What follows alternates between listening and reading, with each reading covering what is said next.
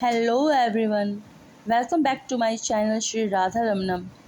आज मैं आप सबको HSSC की तैयारी के लिए रीजनिंग करवाऊंगी और ऑलमोस्ट सभी क्वेश्चंस इसी आपकी एक वीडियो से कंप्लीट हो जाएंगे। मैं आपको बताऊंगी कौन कौन से टाइप के क्वेश्चन रीजनिंग में आते हैं। तो फर्स्ट होता है एनालॉजी, सादृश्यता। इसमें बस आपको एक रिलेशनशिप बनाना होता है जो आपसे मतलब कि वो जितने भी आपको टाइप्स देंगे अपने क्वेश्चन के, उसमें से आपको एक मल्टीपल चॉइस देते हैं, वो उसमें से एक सिलेक्ट करना होता है। तो आपको वही रिलेशन उसके साथ बनाना होता है जो पहले दो पेयर्स का होता है। जैसे कि अटलांटिक महासागर में जिस प्रकार इंग्लैंड संबंधित है उसी प्रकार ग्रीनलैंड संबंधित है। आपको बताना है ग्रीनलैंड कहाँ पे, अटलांटिक महासागर इंग्लैंड से संबंधित है तो ग्रीनलैंड कहाँ से है, आर्कटिक महासागर से। इसी प्रकार पकाना जिस प्रकार संबंधित है रसोई घर से, उसी प्रकार उत्पादन निम्नलिखित में से किससे संबंधित है। अब आपको पता है पकाते कहाँ पे हैं, रसोई घर में, तो उत्पादन कहाँ पे करते हैं, फैक्ट्री में। तो ये हो गया आपका सादृश्यता। ऐसे अगर मैं एक एक को बताऊंगी तो बहुत टाइम हो जाएगा। आप सिर्फ ये समझिए, जैसे सिंपल सी चीज़ है, गेहूं का संबंध अनाज से है तो चाय क्या है, एक पेय पदार्थ है, डी। ये आपके सादृश्यता में इस टाइप के क्वेश्चंस आते हैं। सेकंड है वर्गीकरण, क्लासिफिकेशन। इसके अंदर क्या होता है, इसमें युग्म बनाने होते हैं। जैसे कि इसमें दिया हुआ है, सॉरी इसमें काफ़ी सारे हैं, ये मैं आपको छुड़वा देती हूँ क्योंकि ये नहीं आता वर्गीकरण, ये पुराना है। कूट लेखन तथा कूटवाचन, ये कोडिंग डिकोडिंग का होता है। जैसे इसमें क्लियर शब्द को SBFMD लिखा जाता है तो बॉन्ड्स को TOPC लिखा जाता है उस कोड में। स्टेल को कैसे लिखा जाएगा, इसमें हम सिंपली जो अक्षर हैं उनका संबंध देखते हैं एक दूसरे से, या फिर देखते हैं कि अगर ये और ये इसमें जो भी वर्ड्स यूज़ हुए हैं क्या इनमें वो सेम है, तब हम उनको, अगर वो आगे पीछे करके दिया हुआ, मान लो सी के लिए स्पेसिफिक एस लिया होता और उसी से रिलेटेड कोई वर्ड यहाँ पे होता तो हम उसी को लिखते हैं। अब हम देखेंगे जैसे ओ है, ओ के लिए क्या है, कुछ नहीं, मतलब ये अलग है, ये अलग है, ये अलग है। इसमें हमें रिलेशनशिप इसका निकालना पड़ेगा कि क्या बनेगा। क्लियर को SBFMD लिखा जाता है। अब देखो इसमें सी है तो इन्होंने सी से अगला जो अल्फ़ाबेट होता है डी, वो इसके लास्ट में लिया है। एल से आगे आता है एम, तो वो पीछे से सेकंड लास्ट एम लिया है। मान लो इसका जो फर्स्ट है वो इसका उससे अगला वर्ड इसका लास्ट है, एल है, एल से आगे आता है एम तो वो इसका लास्ट है। ई से आगे आता है एफ तो एफ आ गया। ए के बाद बी आता है, आर के बाद एस आता है। मान लो इसका रिवर्स रिलेशनशिप है। वैसे ही अब हम स्टेल को कैसे लिखेंगे, एस है, अब एस से आगे क्या आता है टी, यानी कि जो लास्ट वर्ड होगा हमारा आंसर का वो टी होगा। तो हमें ऐसे ही पता चल जाएगा कि टी है इसमें लास्ट में, अगला है टी तो उसका सेकंड लास्ट क्या होगा, यू। तो ऐसे हम ये सारा कोड को हम डिकोड कर लेंगे। नेक्स्ट चैप्टर होता है इसमें ब्लड रिलेशन। देखो ब्लड रिलेशन वैसे सबको पता होता है, लेकिन एक इसको हम कैसे लिखते हैं। जैसे विजय कहता है आनंद की माता मेरी माता की एकमात्र पुत्री है। इसका सिंपल सा ट्रिक होता है कि हम जो भी रिलेशन वो बताते हैं हम अपने ऊपर लगा के देखेंगे। अगर ऐसे आप निकालोगे, कागज़ पे लिखोगे कि उसकी माता आनंद की माता, आप सिंपली सपोज करोगे खुद को। जैसे विजय कहता है आनंद की माता, मान लो कोई आनंद है, उसकी माता मेरी माता की एकमात्र पुत्री, मान लो उसकी माता मेरी माता की एकमात्र पुत्री है तो मेरी पुत्री मतलब कि आनंद की माता मेरी माता की एकमात्र पुत्री है तो मेरी माँ की जो पुत्री होगी कौन होगी, वो मेरी तो बहन होगी, वो है ना। तो आप इस तरह से निकालेंगे। तो आनंद विजय से किस प्रकार संबंधित है, उसका भांजा, उसकी बहन का लड़का। तो ये ऐसे आपने इसमें रिलेशनशिप निकालने हैं और सेम ही होते हैं, थोड़ा सा आगे पीछे घुमा के। तो आपको खुद को इमेजिन करना है उस कंडीशन में, तो आपका ये वाला चैप्टर भी हो जाएगा। नेक्स्ट होता है जी दिशा परीक्षण या डायरेक्शन टेस्ट। इसमें सिंपली हमेशा हम ऐसे एरो बनाएंगे, सबसे ऊपर की तरफ उत्तर लेते हैं हमेशा, नीचे उसके अपोजिट में दक्षिण, इस साइड पूर्व, इस साइड पश्चिम।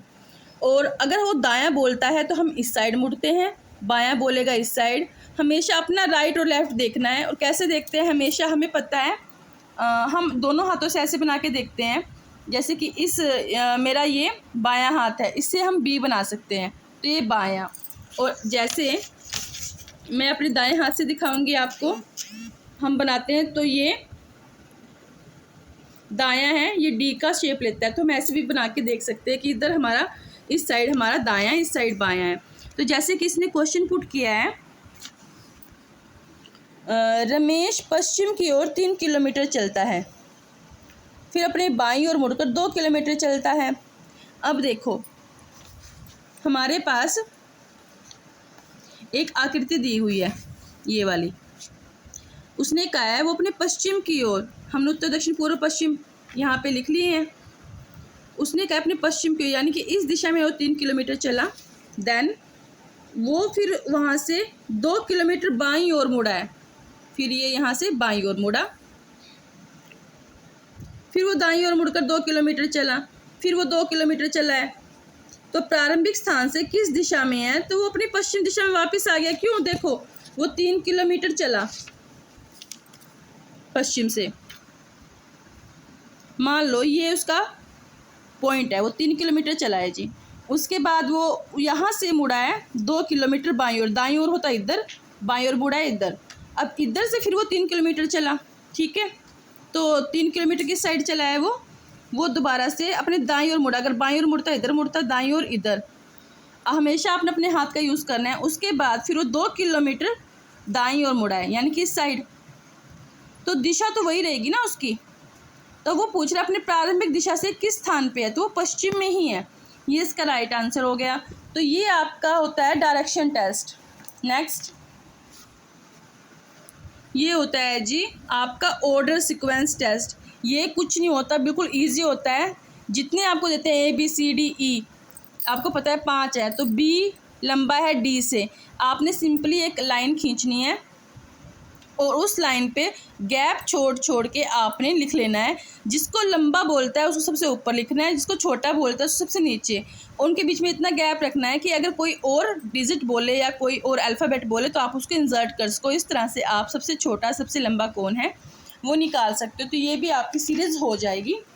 अगला है जी सेटिंग अरेंजमेंट्स कैसे होते हैं। सेटिंग अरेंजमेंट वो उसकी तरफ मुँह करके बैठा है, तो इसमें हम ये वाला मेथड लगाते हैं कि एक लाइन खींचते हैं कि कौन दाईं ओर कौन बाईं ओर, दायां बायां आपको पता है।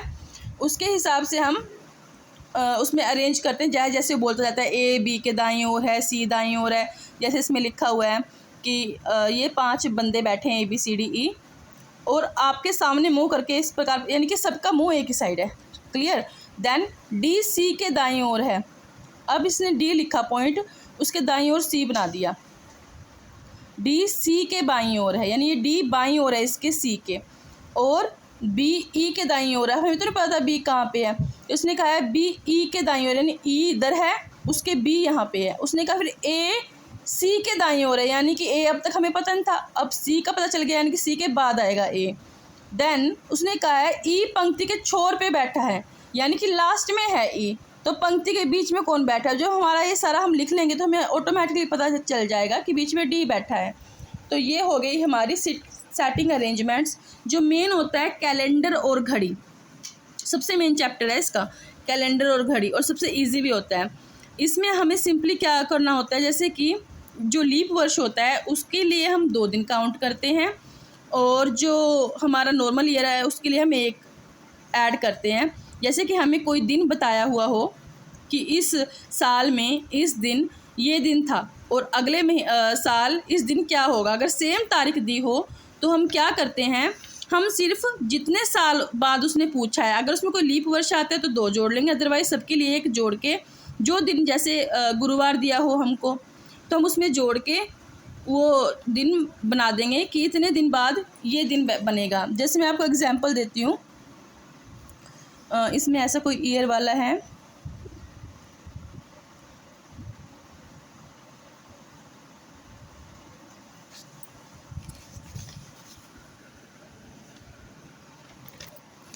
चलिए पहले ये वाला कर लेते हैं। जैसे जनवरी में 12वां दिन गुरुवार से 4 दिन पहले है, तो माह का 21वां दिन कौन से दिन होगा? सिंपली हमें क्या करना है, 21 में से 12 माइनस करने हैं। हमारे पास बचे 9 दिन, यानी कि 9 दिन में आपको पता है 1 वीक गुजर जाता है। जब भी हमें ऐसे दिन निकालने हैं तो हमें 7 से डिवाइड करना है। 9 को 7 से डिवाइड किया तो 2 हमारे पास शेषफल बचा।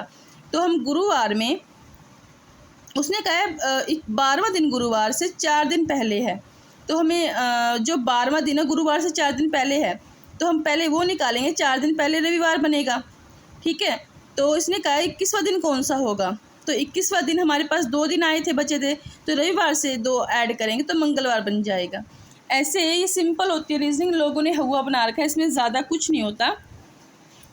ये सिंपल से चैप्टर होते हैं और सिर्फ इतना सा रीजनिंग है। कोडिंग डिकोडिंग नॉर्मली सब लोग कर लेते हैं। मेरे पास एक और बुक है, इसमें भी यही है, सारा सेम है। जैसे आप कोड को डिकोड में करते हो, ये वाली इमेजेस हर कोई कर लेता है यार, इतना तो सबको आता है कोडिंग का, डिकोडिंग का।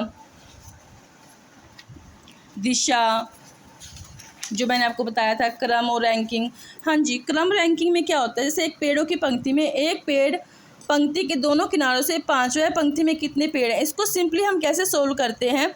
जैसे हमें उसको बता दिया कि वो आगे से कौन सी उसका नंबरिंग है, पीछे से कौन सी नंबरिंग है, उन दोनों को जोड़ के उसमें से -1 कर देते हैं, क्योंकि वो दोनों में वही है ना, 5वां भी वही है, इधर से भी है।